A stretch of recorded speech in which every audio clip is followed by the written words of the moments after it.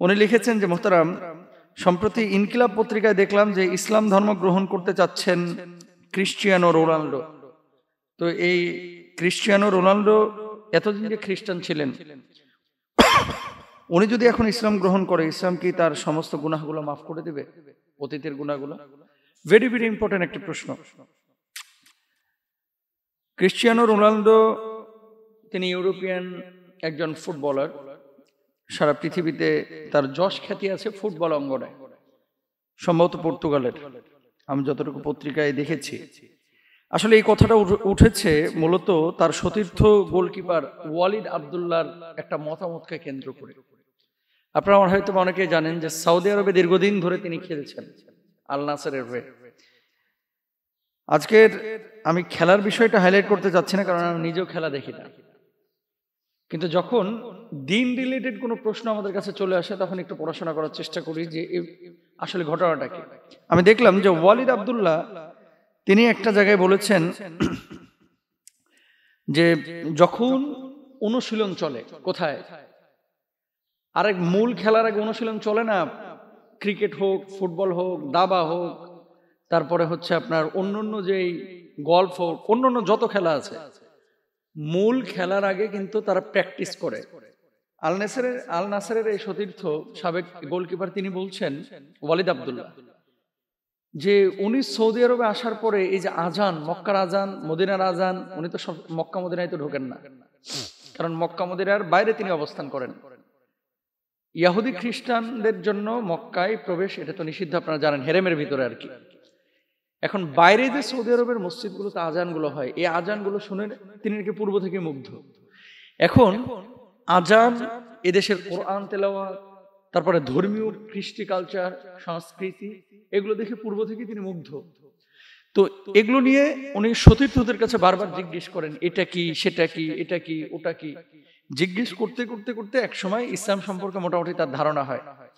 এবং তিনি বলতেছেন যে যখন মানে ম্যাচের আগে প্রস্তুতি চলে, তখন যদি আজান হয়, উনি কোচকে পর্যন্ত বলেন যে এখন প্র্যাকটিস বন্ধ রাখেন, কোচকে পর্যন্ত বলেন। এবং উনি নিজেও নাকি প্র্যাকটিস কখনো কখনো বন্ধ রাখেন, কখনো কখনো। বিষয়টা অবশ্যই পজিটিভ, অবশ্যই পজিটিভ। এখন কথা হচ্ছে, আপনি যে প্রশ্নটি করেছেন যে উনি যদি ইসলাম কবুল করে, ওয়ালিদ আব্দুল্লাহর কথা অনুযায়ী যে ইসলামের প্রতি তার আগ্রহ আছে, এবং তিনি নিজের সতীর্থদেরকে নামাজের সময় হলে এমন বলে, নামাজ পড়বা না, তোমাদের না নামাজের সময় হয়েছে, আজান হচ্ছে, নামাজ পড়ো। তো এইভাবে কিন্তু ইসলামের প্রতি জানার আগ্রহ তার তৈরি হয়েছিল, জেনেছেন, জানার পরে তিনি আজকে আগ্রহ প্রকাশ করেছেন। আমরা দোয়া করি, যেহেতু মুসলিম খেলোয়াড়রাই বলছেন যে তিনি ইসলামের দিকে ঝুঁকেছেন, আমরা দোয়া করি আল্লাহ সুবহানাহু ওয়া তাআলা যেন তাকে দ্বীনের জন্য কবুল করেন, ইসলামের সুশীতল ছায়াতলে কবুল করেন। এবার আসেন যে এই মুহূর্তে যদি ইসলাম কবুল করেন, তার যে এই যে পূর্ববর্তী জীবন 40-42 বছরের এই দীর্ঘ সময়, আমি জানি না তার অ্যাকুরেট বয়স কত, ধরে নিলাম 40 বছর, এই 40 বছর যে সে খ্রিস্টান ছিল, এই গুনাহটাকে আল্লাহ মাফ করবেন? ভাই, শুধু 40 বছর না, হাদিসের ভাষ্য অনুযায়ী ধরেন আপনি 100 বছর বেঁচেছেন, 99 বছর 11 মাস 29 দিন, এই দিনে এসে আপনি ইসলাম কবুল করেছেন। বাকি 100 বছরের 99 বছর আপনি খ্রিস্টান ছিলেন। আপনি ইসলাম এবং ঈমান কবুল করার সঙ্গে সঙ্গে আল্লাহ রাব্বুল আলামিন এই 100 বছরের সমস্ত গুনাহ মাফ করে দিবেন। কত বড় কথা! তোর ক্রিশ্চিয়ানো রোনাল্ডো যদি এখন ইসলাম কবুল করে, অবশ্যই তার গুনাহ মাফ হয়ে যাবে। এখন আপনার আমার করণীয় কি? আপনার আমার করণীয় হচ্ছে, দেখেন, আমরা বারবার একটা কথা বলি, আদর করে, ভালোবেসে, সোহাগ করে মানুষকে দিনটা যত সহজে বোঝানো যায়, আক্রমণাত্মক হয়ে মার কাট করে সবসময় কিন্তু মানুষের ভিতরে জায়গা করা যায় না, দিনটা ঢোকানো যায় না, প্রবেশ করানো যায় না। এই জন্য আমরা সবসময় অমুসলিমদের সাথে যখন চলাফেরা করব, দেশে হোক বিদেশে হোক, ইসলামের সৌন্দর্যগুলো আমরা তুলে ধরার চেষ্টা করব। এতে করে ইফেক্টটা বেশি হয় সামাজিকভাবে, এবং এতে করে ইসলামের সৌন্দর্যটা অমুসলিমরা খুব সহজে অ্যাকসেপ্ট করতে পারে। আল্লাহ তাআলা আমাদের সবাইকে বোঝার তৌফিক দান করুন। ভারতের, বিশেষ করে পশ্চিম বাংলা এবং বাংলা ভাষাভাষী এই অঞ্চলের মিডিয়াগুলো এত মিথ্যা ছড়াচ্ছে, এমত অবস্থায় অনেক মুসলিম এদের মিথ্যা সংবাদগুলোকে প্রচার করছে। কোনো মুসলমানের জন্য যাচাই বাছাই না করে এই যে অমুসলিম, বিশেষ করে উগ্র হিন্দুদের মিথ্যাচার ছড়ানো, এটা কোনো মুসলমানের জন্য জায়েজ আছে কিনা? Very very important. তাকান আপনারা, এই যে দেখছেন একজন সাংবাদিক কয়েকদিন আগে অ্যাক্সিডেন্ট করেছিল, ওই যে মিন মিন মিন মিন করে কি যেন বলে, খালি লাফায়, এখানে যায় ওখানে যায় ওখানে যায়। আর মানে বাংলাদেশ নিয়ে ওনার যে গবেষণা, আরে বাবা রে বাবা, এদেশে আসলে উনি যখন সংবাদ পড়ে, আমি ওনার যে নিউজগুলো দেখেছি, বিশ্বাস করেন আমার মনে হয় যে ইবলিসও হাসি ধরে রাখতে পারে না। ওনার নিউজ দেখে ইবলিসও মনে হয় হাসে। এত মিথ্যাচার মানুষ কিভাবে করে রে ভাই? মানে মিথ্যাচারের তো একটা লিমিট থাকা উচিত। মানুষ মিথ্যা বলে, এই বেটা মনে হয় মিথ্যার উপরে পিএইচডি করছে কলকাতা বিশ্ববিদ্যালয় থেকে। মানে এত মিথ্যা কথা বলে মানুষ। আমি দুঃখজনক হলো সত্য, বাংলা, বিশেষ করে বাংলা ভাষাভাষী পশ্চিম বাংলায়, আসামে, ত্রিপুরায় যারা আছেন, একেবারে আল্লাহর নামে হলফ করে বলতেছি, আপনাদের দেশের মিডিয়াগুলো, এবং কয়েকদিন আগে আন্তর্জাতিক গণমাধ্যমে কিন্তু প্রকাশ হয়েছে যে বিশ্বের সবচাইতে বেশি মিথ্যা নিউজ করে যে ভারতের কিছু চটি মিডিয়া, সব মিডিয়া না, চটি মিডিয়া, যাচাই বাছাই ছাড়া এরা প্রোপাগান্ডা ছড়াইতে, ধোঁকাবাজি করতে ওরা এক্সপার্ট।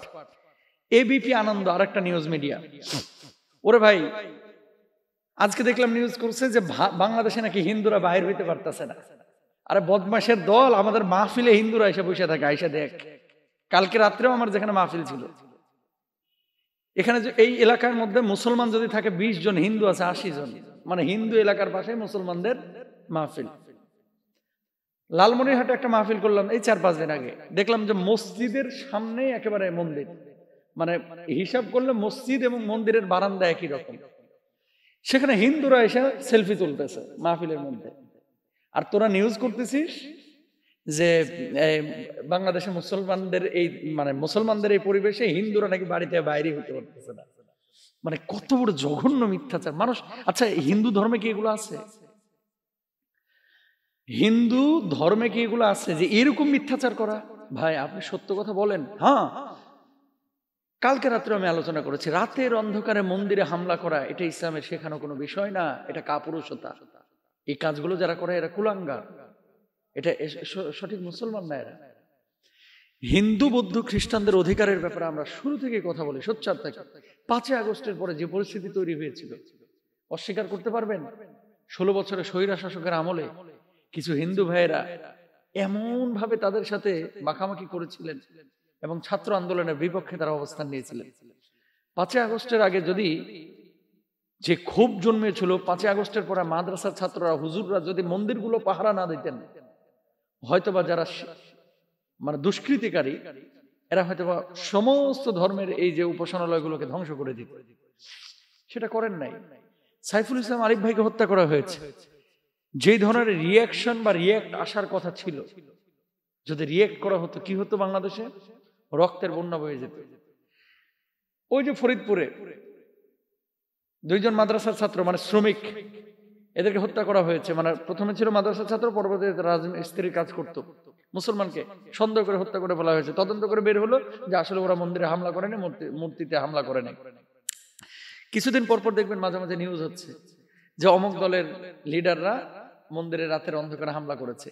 এরা পরিস্থিতি ঘোলাটে করার জন্য নিজেরা, ওই যে আগে বাংলা সিনেমায় আপনারা দেখতেন না ছোটবেলায়, যে পরিবারের সদস্য আরেকজনকে খুন করে ফেলাইতেছে আরেকজনকে ফাঁসানোর জন্য। আমরা গোয়েন্দা সিরিজে এরকম পড়েছি যে নিজের কাছের মানুষটাকে শেষ করে ফেলতেছে আরেকজনকে ফাঁসানোর জন্য। এমন ঘটনা কিন্তু বাংলাদেশে ঘটেছে। তো আপনারা এই যে নিউজগুলো যারা ছড়াচ্ছেন, আপনারা কি দেখেছেন যে কখনো ওরা এসে এখানে তদন্ত করতেছে? এই যে আমাদের সমাবেশগুলো, পল্টন বলেন, বড় বড় কনফারেন্স গুলোতে একজন হিন্দু সাংবাদিক আপনারা দেখেছেন? মানে ভারতের কোন চ্যানেলের, এরা সাংবাদিক থাকে না, আসেও না, কিন্তু নিউজ কেমনে পায়? নিউজ আসলে এরা যাচাই বাছাই করে না। কোন মুসলমানের জন্য দেখেন আল্লাহ তাআলা কি বলছেন, ইন জাআকুম ফাসিকুম বিনাবাইন ফাতাবায়ানু আন তুসিবু কওমান বিজাহালা। কোন ফাসিক যখন আপনার সামনে কোনো নিউজ প্রকাশ করবে, খবরদার যাচাই বাছাই ছাড়া কখনো কোনো নিউজ আপনি শেয়ার দিতে পারবেন না, আলোচনা করতে পারবেন না। আল্লাহ আমাদেরকে বুঝদান করুক, এগুলো করেন না। আর ওই ভারতের ওই সমস্ত অমুসলিম কুলাঙ্গার যারা এই মিথ্যা ছড়ায় আমাদের এই সোনালী সুফলা সবুজ শ্যামল বাংলাদেশ নিয়ে, আল্লাহ তাআলা এদেরকে হেদায়েত দান করুক। নসিবে হেদায়েত না থাকলে আল্লাহ যেন আযাব দিয়ে ধ্বংস করে দেয়। এছাড়া আর কিছু বলার না। আল্লাহ বুঝদান করুক।